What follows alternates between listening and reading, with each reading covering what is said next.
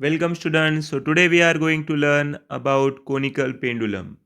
So basically what is conical pendulum? So conical pendulum is the pendulum in which the string moves along the surface of right circular cone of vertical axis and the point object performs a uniform horizontal circular motion. तो ये जो definition है conical pendulum की, अब इसके बारे में हम अभी डिस्कस करेंगे। तो पहले ये जो डायग्राम है इसे आपको समझना होगा। यहाँ पे एक रिजिड सपोर्ट है। इस रिजिड सपोर्ट को हमने एक स्ट्रिंग अटैच की है और इस स्ट्रिंग को एक हमने बॉब अटैच किया है।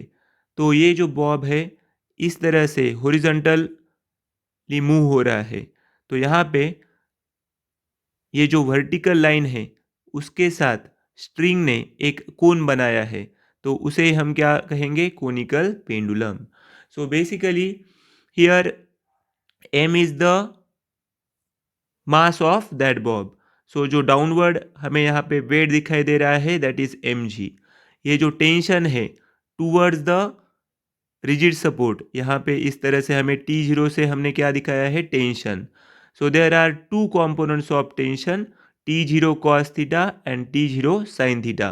सो यहाँ पे जो थीटा है उसके लिए जो एडजेसेंट साइड है, तो हमें इस लाइन पे कौन सा कंपोनेंट मिलेगा? T0 cos theta and this toward the centre we have T0 sin theta. So you can say that the vertical component of tension is T0 cos theta and the horizontal component of tension is T0 sin theta. So this is the diagram in inertial frame. So in case of non-inertial frame, inertial frame में क्या होता है? हम outside देखते हैं कि यदि हम यहाँ पे खड़े हैं तो यहाँ पे खड़े होने के बाद हम इस ऑब्जेक्ट को देखेंगे तो हमें ये सर्कुलर मोशन दिखाई देगा और ये जो सेंट्रीपिटल फोर्स होगा that will be towards the centre. And in case of non inertial frame, if we are at this point and when we are performing horizontal circular motion, at that time we are experiencing the force outside। तो हम जब यहाँ पे होंगे और हम यहाँ पे मूव करेंगे तो यहाँ पे हमें आउटसाइड जो फोर्स मिलेगा that will be centrifugal force. तो जब हम इनर्शियल फ्रेम में देखेंगे तो हमें सेंट्रीपिटल फोर्स दिखाई देगा और जब हम नॉन इनर्शियल फ्रेम में होंगे यानी पॉइंट बी से हम इस तरह से मूव होते हुए देखेंगे तो हमें नॉन इनर्शियल फ्रेम में सेंट्रीफ्यूगल फोर्स एक्सपीरियंस होगा। So this is the diagram for the conical pendulum. Okay, so now let's see the equation. Okay, so here the centripetal force that is balanced by T0 sin theta. So T0 sin theta is equal to mr omega square. यहाँ पे आप देख सकते हैं जो centripetal force है, centripetal force is balanced bye T0 sin theta. Okay, जो tension का हमारा हॉरिजॉन्टल कंपोनेंट है वो हमें हेल्प करेगा सेंट्रीपिटल फोर्स के लिए, तो इसलिए हम लिखेंगे T0 sin theta is equal to mr omega square. So let's consider this is equation number 1।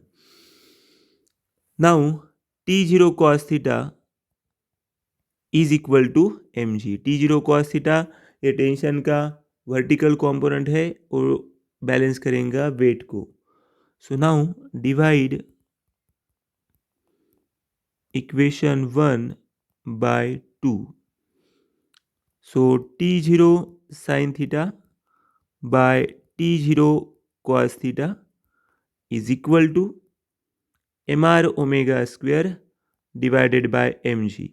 So this will get cancelled, this T0 will also get cancelled, and here now we have omega square sin theta by cos theta। तो ये जो g है यहाँ पे चले जाएगा तो यहाँ हो जाएगा g sin थीटा और जो r है नीचे आएगा तो g sin theta by r cos theta is equal to omega square. So you can write this equation as omega is equal to root of G sine theta by R cos theta. Okay, तो हमने अभी square root लिया है दोनों side का, तो हमें अभी इक्वेशन मिला है root of G sine theta by R cos theta. In this diagram here we can say that R is equal to, तो अभी ये जो डायग्राम है इस डायग्राम में हम लिख सकते हैं आर सी साइन थीटा का formula, sine theta is equal to क्या है, opposite side that is r by hypotenuse. So let's consider the length from a point to b, that is L. So that will be hypotenuse. So sin theta is equal to r by L. From this we can say that r is equal to L sin theta. So r is equal to L sin theta. ये value हम अभी put करेंगे, put r is equal to L sin theta. So we have omega is equal to root of g sin theta divided by L sin theta into cos theta. r के जगह अभी हमने L sin theta put किया है. So this sin theta and this sin theta will get cancel. So we have omega is equal to root of g by L cos theta. Okay.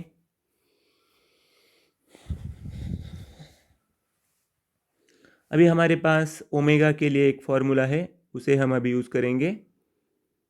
So omega is equal to 2 pi by T, therefore T is equal to 2 pi by omega. So by putting the value of omega we can write T is equal to 2 pi. Omega का value हमारे पास है root of G by L cos theta. So you can write t is equal to 2 pi L cos theta ऊपर जाएगा, so L cos theta by g. So this is the expression for the period of conical pendulum. T is equal to 2 pi root of L cos theta by g. Okay. So this was our required equation, period of conical pendulum. 3 mark के लिए 4 mark के लिए आपको ये question पूछते हैं. So from this we can also find the frequency. So frequency का formula है n is equal to 1 by t. So therefore it will be 2 pi root L cos theta by g. तो उसे हम लिख सकते हैं 1 by 2 pi g by L cos theta, square root में ये. So this will be our equation for the frequency. Okay, thank you for watching the video.